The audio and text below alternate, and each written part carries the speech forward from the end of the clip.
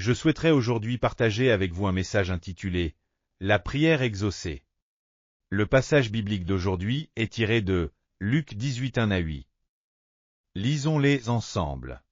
Jésus leur adressa une parabole, pour montrer qu'il faut toujours prier, et ne point se relâcher. Il dit, il y avait dans une ville un juge qui ne craignait point Dieu et qui n'avait d'égard pour personne. Il y avait aussi dans cette ville une veuve qui venait lui dire, « Fais-moi justice de ma partie adverse. » Pendant longtemps il refusa. Mais ensuite il dit en lui-même, « Quoique je ne craigne point Dieu et que je n'ai d'égard pour personne. Néanmoins, parce que cette veuve m'importune, je lui ferai justice, afin qu'elle ne vienne pas sans cesse me rompre la tête. » Le Seigneur ajouta, « Entendez ce que dit le juge inique. Et Dieu ne fera-t-il pas justice à ses élus, qui crient à lui jour et nuit, et tardera-t-il à leur égard? Je vous le dis, il leur fera promptement justice. Mais, quand le Fils de l'homme viendra, trouvera-t-il la foi sur la terre? » Jonathan Edwards, qui a déclenché le grand réveil et les mouvements de réveil en Amérique, a déclaré « La prière est l'expression naturelle de la foi, tout comme nous respirons en vivant. Cela signifie que celui qui a la foi prie naturellement. » Le grand prédicateur Chrysostome a également dit « La prière est la racine, la source et la mère de toutes les bénédictions. La prière est le souffle de la vie. Si nous ne respirons pas, le corps meurt. Si nous ne prions pas, l'âme meurt. » Tout d'abord, la chose la plus importante est d'avoir la passion dans le cœur de recevoir une réponse de Dieu. Si l'on n'a pas de passion dans le cœur, rien ne se fera. Il faut être rempli de la passion de participer aux veillées de prière, de monter aux retraites de prière et de se dévouer avec ardeur aux prières matinales pour que la prière soit exaucée. Il faut non seulement avoir de la passion dans le cœur, mais aussi un objectif clair. Dans Hébreux 11:1, il est dit « Or la foi est une ferme assurance des choses qu'on espère, une démonstration de celles qu'on ne voit pas. » Le docteur Böhler de l'Université de Vienne, en Autriche, a sélectionné 200 grandes personnalités historiques et étudié leur vie. Le résultat de cette étude a montré que ce qui leur a permis de réussir et de devenir des personnages importants n'était pas simplement leur intelligence, mais le fait qu'ils avaient un objectif clair dans la vie. Leur objectif étant clair, ils ont donné chaque jour le meilleur d'eux-mêmes pour l'atteindre. Ce qui les a conduits à la réussite et à devenir des personnages importants. Zig Ziglar, dans son livre « Voyez le succès quand vous connaissez votre objectif », a déclaré « Celui qui n'a pas d'objectif est comme un bateau sans gouvernail. Il dérivera, s'immobilisera ou échouera sur les plages du désespoir, de la défaite et du découragement. » Pour recevoir une réponse à notre prière, il nous faut également un objectif clair. Lorsque nous prions avec un désir ardent et dans la foi, un objectif clair est exaucé. Et lorsque nous prions, nous devons nous repentir des péchés qui vont à l'encontre de la volonté de Dieu. Si un mur de péché est érigé entre Dieu et nous, prier ne servira à rien. Dans Jacques 5,16, il est dit « Confessez donc vos péchés les uns aux autres, et priez les uns pour les autres, afin que vous soyez guéris. » La prière fervente du juste a une grande efficacité. Nous devons nous repentir non seulement des péchés cachés, mais aussi des péchés visibles, et laver nos péchés devant Dieu. Le sang de Jésus est la gomme qui efface nos péchés. On dit que la gomme est l'une des plus grandes inventions de l'humanité depuis l'apparition de l'homme sur Terre. Grâce à la gomme, on peut effacer les échecs et recommencer une nouvelle vie. Sans gomme pour effacer le passé, l'humanité n'aurait pas progressé. C'est grâce au sang de Jésus que notre vie est purifiée et que notre passé est effacé, ce qui nous permet de vivre. La première chose à faire dans notre vie de foi est de se repentir. Le repentir est aujourd'hui la priorité pour avancer dans la spiritualité, pour que nous puissions grandir spirituellement et recevoir des réponses à nos prières. Nous devons d'abord nous repentir des péchés qui vont à l'encontre de la volonté de Dieu. En général, lorsqu'on est frappé d'une maladie incurable et qu'on reçoit un diagnostic de mort, on se rend à une retraite de prière pour se repentir de ses péchés. On se repent des péchés passés, des péchés présents, des péchés commis en pensée et en action, en se lamentant et en confessant devant Dieu. Le repentir des péchés est extrêmement important. Ensuite, il faut prier avec concentration. Dans Jérémie 29,13, il est dit « Vous me chercherez et vous me trouverez, si vous me cherchez de tout votre cœur. » Dans Luc 18,4-5, nous voyons également que la veuve s'est adressée à un juge injuste, le suppliant de lui rendre justice, et il a fini par exaucer sa demande. Voici donc comment vous devez prier. Notre Père qui es aux cieux. Que ton nom soit sanctifié, que ton règne vienne, que ta volonté soit faite sur la terre comme au ciel. La prière est l'expression naturelle de la foi, tout comme nous respirons en vivant. Il faut être rempli de la passion de participer aux veillées de prière. Notre prière doit être persistante et concentrée devant Dieu. Dans 1 Roi 18, 42 à 43, il est dit, « Achab monta pour manger et pour boire. Mais Élie monta au sommet du Carmel, et se penchant contre terre, il mit son visage entre ses genoux, et dit à son serviteur, « Monte, regarde du côté de la mer. » Le serviteur monta, il regarda, et dit, « Il n'y a rien. » Élie dit cette fois, « Retourne. » La prière d'Élie était une prière intense et concentrée. Il avait enfoui sa tête entre ses jambes et priait de toutes ses forces. Lorsqu'au 7e tour, son serviteur revint en disant qu'un petit nuage de la taille d'une main s'était levé. Il dit à Achab de préparer son char et de rentrer en ville, car la pluie allait tomber. De nombreux malades viennent me demander l'imposition des mains pour prier. J'ai probablement imposé les mains à des centaines de milliers de personnes au cours des 50 dernières années. Il y a un point commun parmi ceux qui sont guéris. Ils ont une ferme résolution de ne plus souffrir de leur maladie. Ils ont la détermination d'en être libérés. Ils ne viennent pas simplement en se disant « ce serait bien si je guérissais, mais ce n'est pas grave si je ne guéris pas ». Ils viennent avec la conviction qu'ils guériront, qu'ils surmonteront cette maladie. Lorsqu'ils viennent me voir avec cette détermination, en disant « quand le pasteur priera pour moi, je serai guéri », alors la maladie est vaincue. C'est là que le miracle de Dieu se produit. Quand on prend la décision de recevoir une réponse de Dieu et qu'on a un désir ardent, alors un grand changement se produit. Deuxièmement, nous devons prier avec des rêves dans notre cœur. Il est dit de prier en voyant ce qui n'existe pas encore comme si cela existait. Si nous désirons ardemment recevoir une réponse de Dieu, nous devons prier en voyant dans notre cœur que cela s'est déjà accompli. Si nous prions pour qu'il pleuve, alors nous devons imaginer la pluie tomber dans notre cœur pendant que nous prions. Dans Genèse 13, 14 à 15, il est dit, « Après que l'eau se fut séparée d'Abraham, l'Éternel dit à Abraham, « Lève les yeux, et du lieu où tu es, regarde vers le nord et vers le midi, vers l'Orient et vers l'Occident.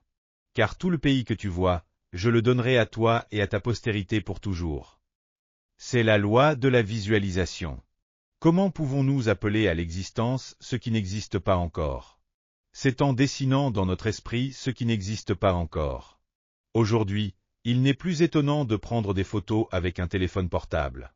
De la même manière, nous devons prendre des photos dans notre cœur avec notre esprit. Si nous prions en visualisant, notre prière devient beaucoup plus puissante. De plus, Jésus nous a toujours enseigné qu'il faut prier sans se décourager. Parfois, on a envie de tout abandonner, on se sent rejeté par Dieu. On a l'impression que tout a échoué, et les moments de découragement et de désespoir arrivent. Mais nous devons surmonter ces moments. Si nous prions longtemps, que nous nous décourageons et nous épuisons, c'est en surmontant cette étape que Dieu nous répondra. Mais le diable essaie de nous bloquer jusqu'à la fin pour que nous ne puissions pas franchir cette étape. Il y a longtemps, un bateau qui traversait l'océan Pacifique fit naufrage. Et les survivants dérivèrent pendant plus de 20 jours sur un radeau avant d'être secourus de manière spectaculaire. C'était le capitaine Regan Baker et 2 jeunes marins qui dérivèrent sur l'océan pendant 20 jours. Pendant la journée, leur corps était brûlé par le soleil ardent, et pendant la nuit, ils avaient l'impression de mourir de froid, tout en étant attaqués par des requins. Dans cette situation de désespoir absolu et de solitude infinie, ils dérivèrent au milieu de l'océan pendant 23 jours. Pendant ces 23 jours, ils récitèrent le verset 4 du psaume 23. « Quand je marche dans la vallée de l'ombre de la mort, je ne crains aucun mal, car tu es avec moi. Ta houlette et ton bâton me rassurent. » Ils récitaient également Matthieu 6, 31 à 34. Ils expliquèrent lors d'une conférence de presse que réciter ainsi les versets de la Bible leur avait donné de la force. Qu'ils n'avaient pas sombré dans le désespoir et qu'ils avaient pu être sauvés.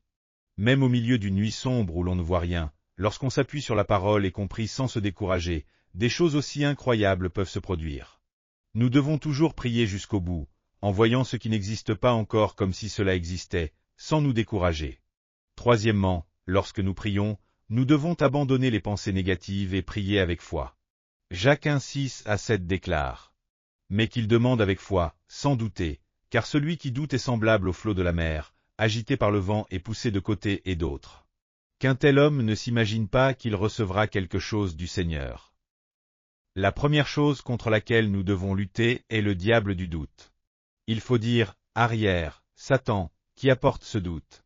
Toi, esprit de doute, pars. Arrière. Moi aussi, quand je prie ces jours-ci, je commence par chasser le diable du doute. Je prie ainsi, arrière, ennemi, qui apporte le doute dans mon cœur. Pars. Saint-Esprit, viens à mon aide et aide-moi à prier sans douter. Il y a une personne que je n'ai jamais pu oublier. Du temps où j'étais à Céodémain, pendant une veillée de prière du vendredi, j'ai prié pour un malade qui souffrait d'un ulcère de l'estomac. Après avoir reçu la prière, cette personne se leva soudain et dit, « Pasteur, au nom de Jésus, je suis guéri. » Oh là là, je n'arrive pas à y croire. Il avait tellement prié ardemment pour être guéri et il a confessé, « Pasteur, mon ulcère est guéri. » Mais juste après, il a soupiré, « Oh là là, je n'arrive pas à y croire. » En fin de compte, cette personne a été complètement guérie de son ulcère et est même entrée au séminaire pour devenir pasteur. Il faut absolument chasser les pensées négatives. Et nous devons prier en nous appuyant sur la parole. Le 4 novembre 1979, 63 diplomates et civils américains ont été pris en otage à l'ambassade des États-Unis en Iran. À cette époque, le gouvernement américain a envoyé des commandos pour les libérer. Mais tous les commandos ont été tués et les otages n'ont pas pu être libérés. Par la suite, le président Reagan a négocié avec l'Iran et a réussi à les libérer. Lors d'une conférence de presse, l'un des otages, M. Koubian, a fait ce témoignage. Les 5 premiers mois ont été un véritable enfer. Mais après cela, en priant, mon cœur s'est étrangement apaisé. Je me suis souvenu des paroles que ma mère me répétait depuis mon enfance. N'oublie jamais de joindre tes mains et de prier. Si tu es du côté de Dieu, il t'aidera dans n'importe quelle situation. 5 mois après, j'ai été autorisé à être avec mademoiselle Souillard, et ensemble, nous prions et parlions de foi. Ce séjour en prison, qui était auparavant un enfer, est devenu pour moi un paradis de croissance spirituelle qui a changé ma vie. Le même endroit, qui était un enfer au début, s'est transformé en paradis grâce à la vie de foi. Le même endroit peut devenir un enfer ou un paradis. Si nous prions jusqu'au bout avec des pensées positives et de la foi, la réponse finira par arriver. Quand nous prions, il ne faut jamais se demander, est-ce que la réponse viendra vraiment? Dieu est un Dieu qui fait des miracles. Dans la Bible, un ministre du roi, après avoir entendu la prophétie d'Élisée, a dit, « Quand bien même Dieu ouvrirait les fenêtres des cieux, une telle chose pourrait-elle arriver ?» Parce qu'Israël était assiégé par l'ennemi et mourait de faim, Élisée avait prophétisé, « Tu verras cela de tes yeux, mais tu n'en mangeras pas. Demain à cette heure-ci, la farine et l'orge seront abondantes partout. » Mais en entendant cela, le ministre, qui ne croyait pas au miracle, a demandé, « Même si Dieu ouvrait les fenêtres des cieux, une telle chose pourrait-elle arriver ?» Élisée lui a répondu, « Tu le verras de tes yeux, mais tu n'en mangeras pas. Dieu est celui qui fait des miracles. » Dans Marc 11, 23 à 24, il est dit, « Je vous le dis en vérité, si quelqu'un dit à cette montagne, « ôtez-toi de là et jette-toi dans la mer, » et s'il ne doute point dans son cœur, mais croit que ce qu'il dit arrive, il le verra s'accomplir. C'est pourquoi je vous dis, tout ce que vous demanderez en priant, croyez que vous l'avez reçu, et vous le verrez s'accomplir. Après avoir prié avec foi, il faut croire avec audace que nous avons déjà reçu la réponse. Il faut croire que ce qui n'existe pas encore existe. Il faut prier en croyant que le miracle se produira. Dans 1 Corinthiens 2,9, il est dit, « Ce sont des choses que l'œil n'a point vues, que l'oreille n'a point entendues, et qui ne sont point montées au cœur de l'homme, des choses que Dieu a préparées pour ceux qu'il aime. » Dieu a déjà préparé la réponse à notre prière. Dans Hébreux 11,6, il est dit, « Or, sans la foi, il est impossible de lui être agréable. Car il faut que celui qui s'approche de Dieu croie que Dieu existe, et qu'il est le rémunérateur de ceux qui le cherchent. » Notre relation avec Dieu repose sur la foi. Sans la foi, rien ne peut être accompli. En Corée, il existe un proverbe qui dit, « C'est comme frapper une roche avec un œuf. » Cette expression est utilisée pour décrire une situation désespérée et impossible. Cela signifie que la tâche est vouée à l'échec, tout comme frapper une roche avec un œuf. Mais il y a quelque temps, j'ai été interviewé à la télévision, et l'animateur m'a demandé, « Qu'est-ce que la foi? Dites-le nous simplement. » Alors, je lui ai demandé, « Que se passe-t-il si vous frappez une roche avec un œuf? » Il a répondu, « L'œuf se casse. » Et j'ai répondu, pas du tout. La roche se casse. C'est cela, la foi. Si nous pensons rationnellement ou scientifiquement, il est logique que l'œuf se casse en frappant la roche. C'est logique, scientifique, et basé sur l'expérience. Mais croire que la roche se casse lorsque l'on frappe avec un œuf, c'est croire au miracle. La foi, c'est croire au miracle. Bien que les gens du monde ne croient pas, nous croyons à toutes les promesses de Dieu. Quatrièmement, lorsque nous prions, nous devons exprimer beaucoup de gratitude. Nous devons rendre grâce à Dieu pour qu'il soit glorifié et qu'il se réjouisse. La reconnaissance glorifie Dieu. Dans le psaume 50-23, il est dit, « Celui qui offre pour sacrifice des actions de grâce, celui-là me glorifie.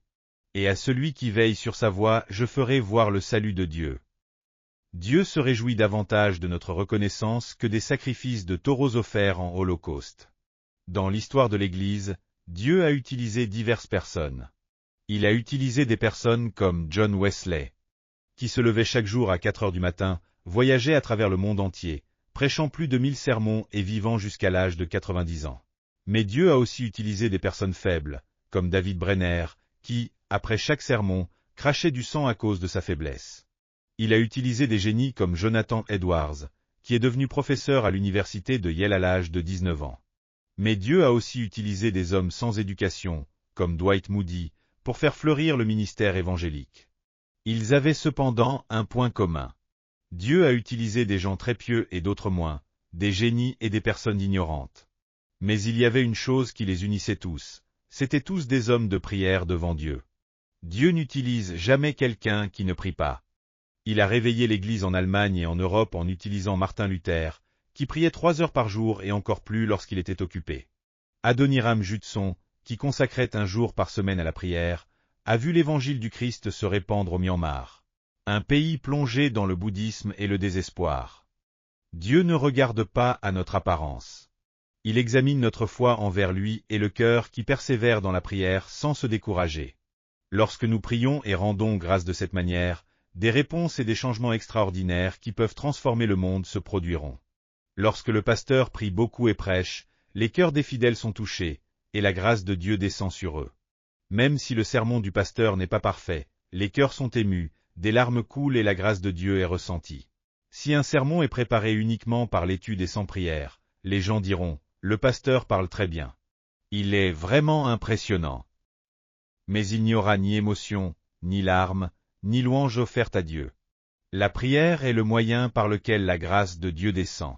Le professeur Lewis de l'université de Cambridge, en Angleterre, a dit, « Celui qui regarde vers le ciel recevra la terre en prime. Celui qui fixe les yeux sur le ciel recevra la terre en supplément. » Nous devons croire que si nous cherchons d'abord le royaume de Dieu et sa justice, tout le reste nous sera donné. Nous devons toujours prier et vivre en dépendant de la grâce de Dieu. C'est alors que toutes les souffrances disparaissent, et que nous pouvons vivre sur cette terre dans la paix, la joie et le bonheur. Tout le monde peut prier, n'est-ce pas? Lorsque nous prions constamment et vivons en dépendant de la grâce de Dieu, la paix, la joie et le bonheur nous atteignent. Mais si nous ne prions pas, il n'y a aucune relation avec Dieu, et il ne peut y avoir ni grâce ni puissance. La prière est le seul moyen d'ouvrir notre relation avec Dieu, de l'aimer, et de recevoir son secours, son élévation, ses réponses, son réconfort et sa grâce. Prions ensemble. Père céleste plein d'amour, nous te remercions de nous permettre de prier. Aide-nous toujours par le Saint-Esprit à ne pas nous décourager et à résoudre nos problèmes par la prière, en marchant avec toi chaque jour. Nous prions au nom de Jésus. Amen. Alléluia. Avez-vous reçu beaucoup de grâce à travers la parole? Je vous bénis de tout mon cœur au nom du Seigneur pour que vous soyez de plus en plus armés de la parole de Dieu et remplis du Saint-Esprit, afin que vous meniez une vie victorieuse dans ce monde. Si vous avez aimé cette vidéo, n'oubliez pas de vous abonner à la chaîne, d'activer les notifications et d'appuyer sur le bouton j'aime. Cela nous aide beaucoup à préparer plus de vidéos remplies de grâce. Nous nous retrouverons avec joie dans la prochaine vidéo. Que Dieu vous bénisse grandement.